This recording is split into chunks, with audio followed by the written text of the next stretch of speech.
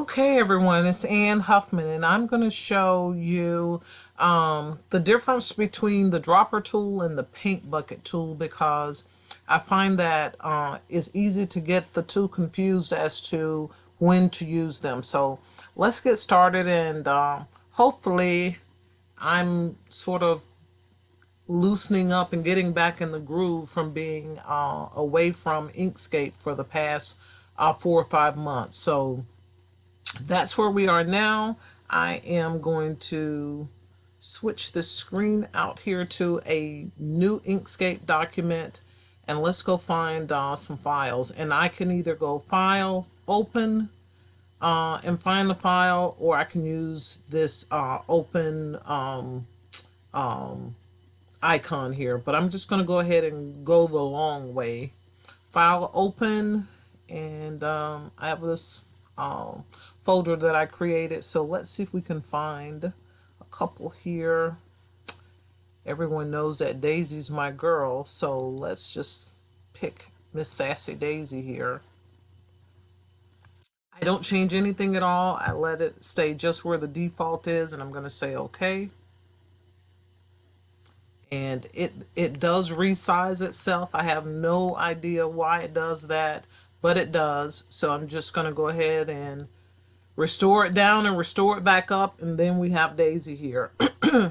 And I'm not sure why she has this gray background behind her, but let's see if that creates any problems. I think it's good when I open up files that I automatically see where there's going to be a hiccup at, so I can fix it and save you the frustration from yelling at the computer. And of course, I'll try to say nice words with it. But we have Daisy on here, so the first thing that we want to do is trace her. So we're going to go to Path, Trace Bitmap, and live preview. Well, I guess I needed to click on her to get the live preview.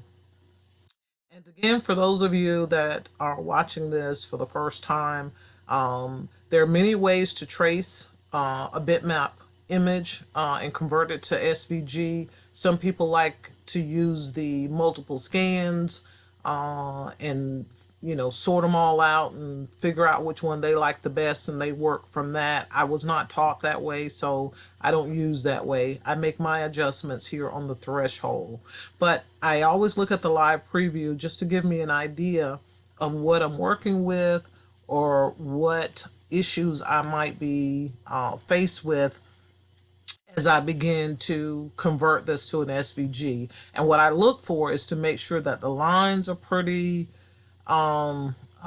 distinct around her, and I'm looking to see if there's any areas that are going to have gaps in it that I need to fill in the blanks with. But according to the software, the threshold of 0.450 should be enough to give a decent trace without any problems at all. If there is an issue in more places than I want to fix, then I can increase the threshold, which is going to make her get darker. And as you can see, now I've lost some detail inside of her mouth or her beak by just increasing it. So I'm going back down to my default. It looks good. If I want to lighten it up, then I decrease the number. To darken it, I increase the number. But it says 45 is all I need, so let's see if it's right. So I'm going to click OK.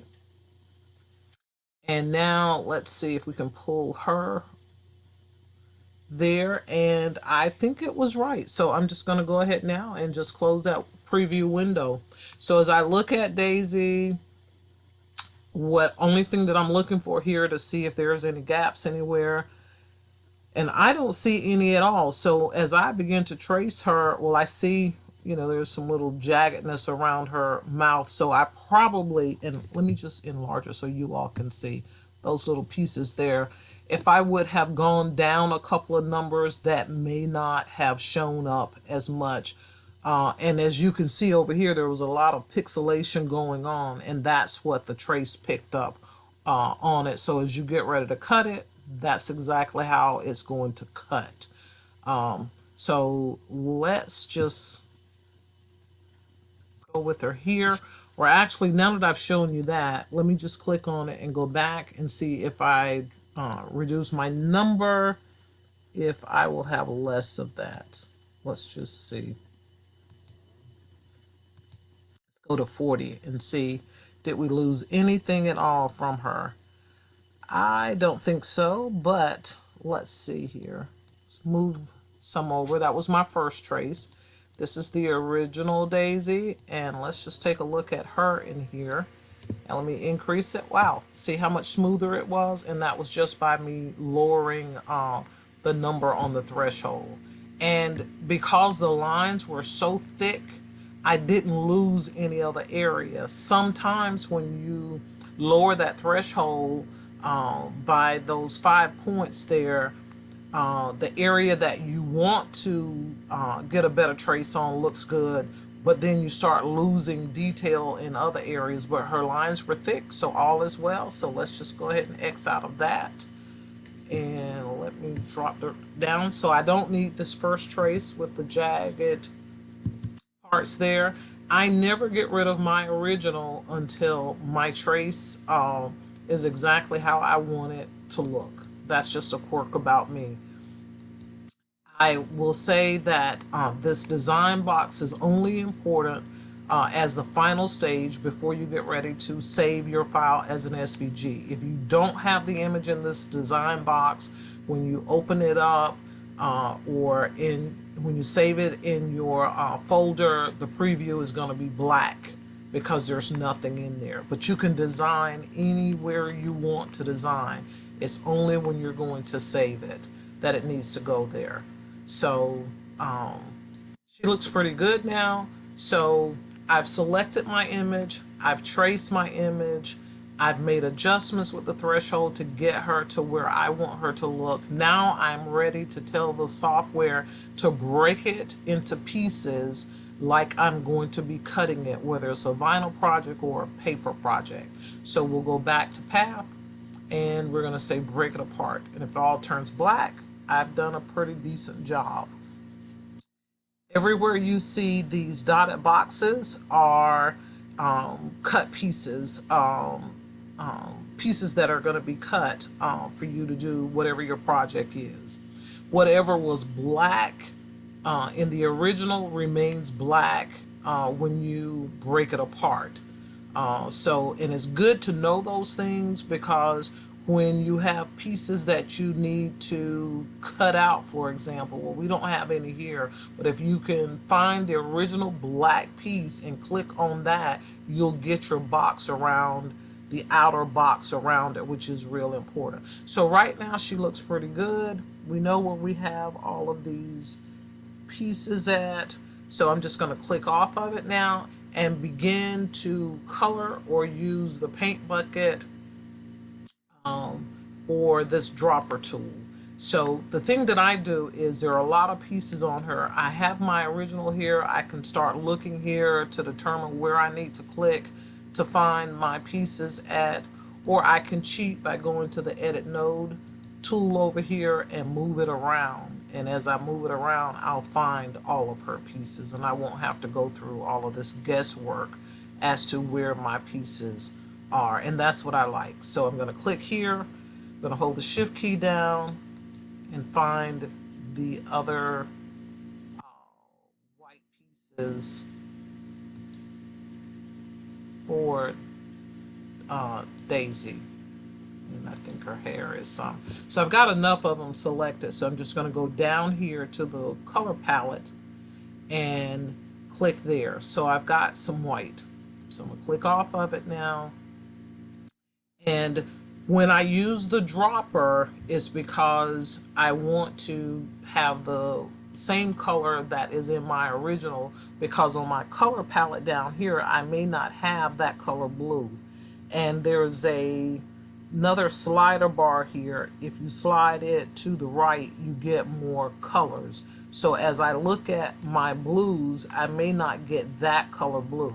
So rather than waste time clicking on all of these blues, it's so much easier for me. I'm just going to go here and click on this eye, and I'll go to the dropper tool and I'll just click right there on the dropper. Excuse me a minute. And now I have the same color as what's on the original. But once you use a dropper, you have to go back to the select tool, or the next thing you click on is going to still be that same color. So I can click the dropper. Now I don't necessarily have to go to the original. I can go to the last color that I use, part that I use that color on. So I'm going back over here. So that is what you're normally going to do. And I've clicked, I'm just holding the shift key down because both of them are the same. And I can apply the same thing with it as I begin to color everything with her. So the shoes, it's like it's some extra pieces to get all of that. And I think her bow, and I still have my shift key down.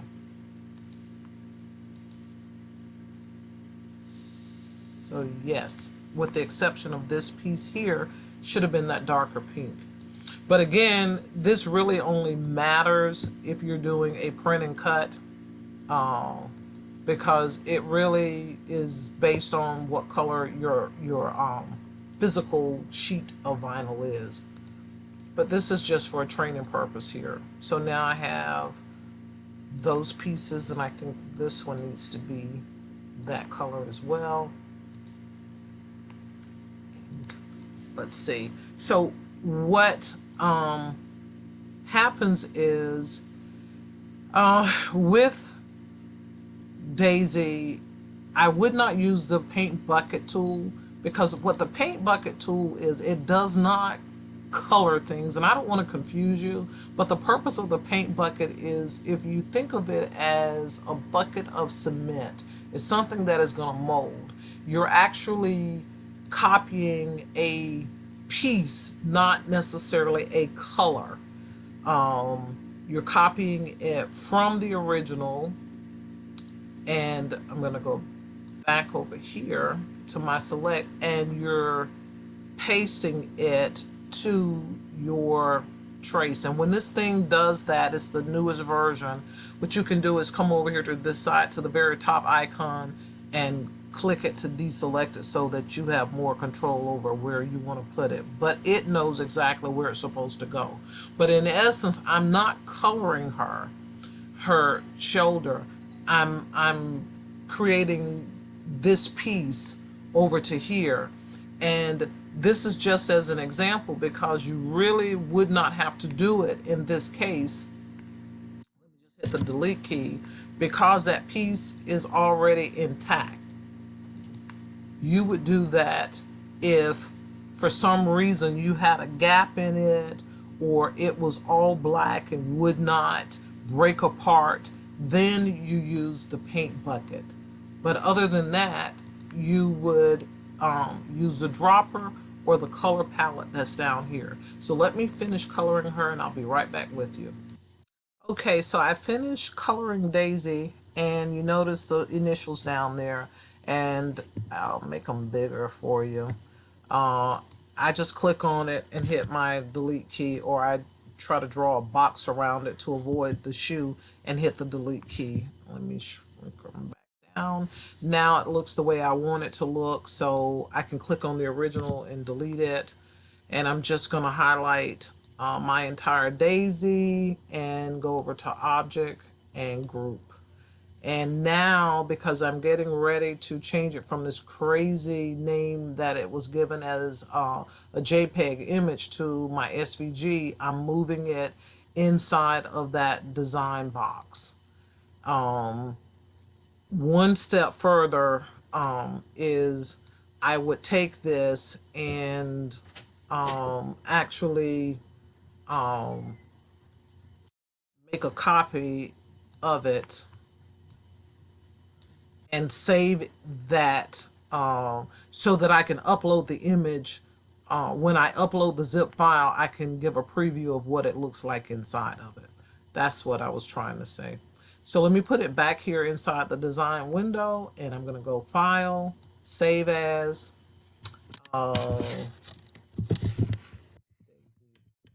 Duck, and I'm going to change the format to plain SVG.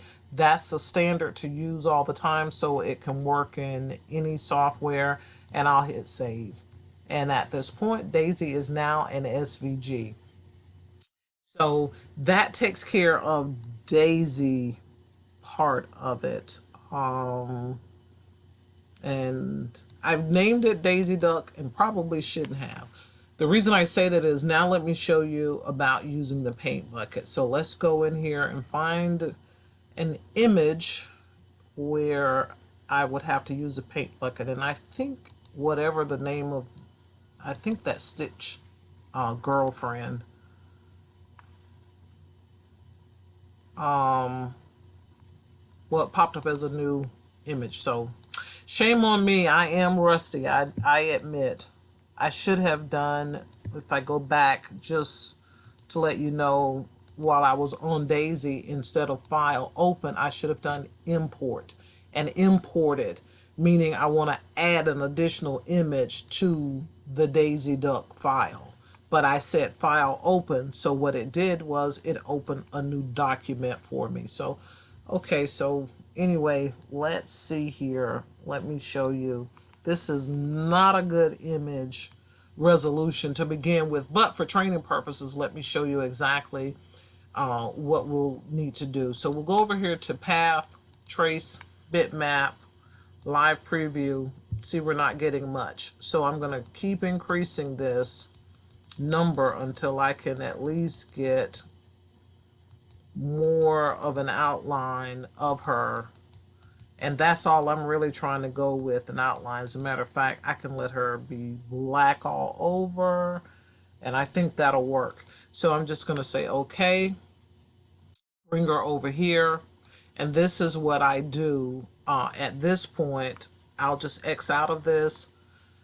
The resolution is horrible, so we're not going to get remotely close to what we need. I've created videos on choosing the right image and wrong image, and that's what's going on. It's not you, but I'm just going to still show you with this low res image what we would do if it was a high res, a much better looking image.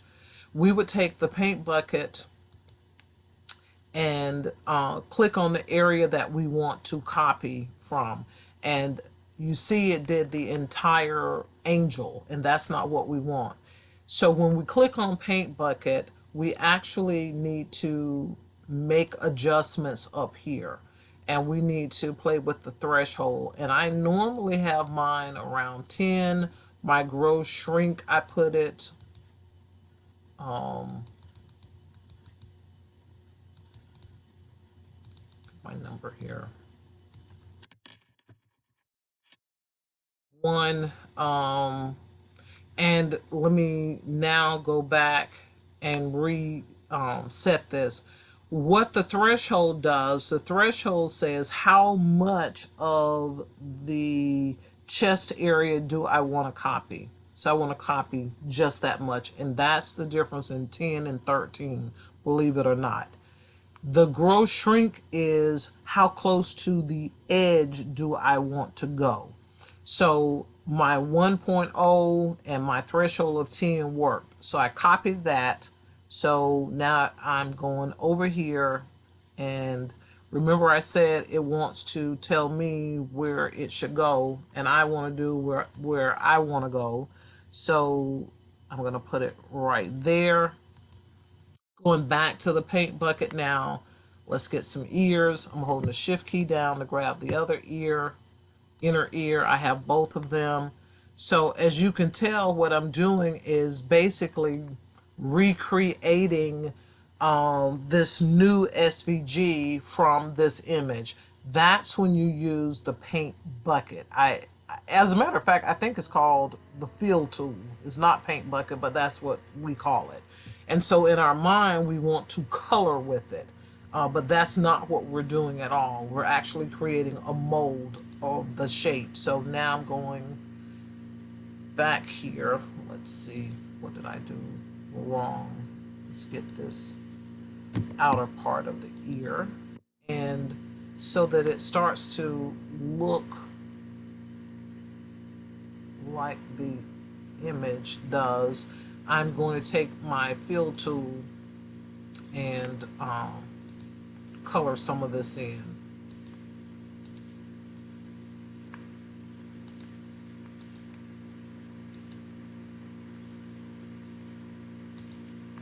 And so I would be repeating all of this, including the inside of her mouth. And when I get to the detail parts of it, I would enlarge it so I can see the area better and be able to grab all of the details on it. But I'm not doing the tutorial on how to use the paint bucket. I just wanted to show you the difference between when you're using the paint bucket and when you do click on paint bucket, you have to make adjustments here in order to get it to a threshold. How much do you want? Grow, shrink, how close to the edge do you want to go? So this is the paint bucket example, and Daisy was the example that we used as far as using the dropper tool versus the palette down here at the bottom. So that is the end of this tutorial.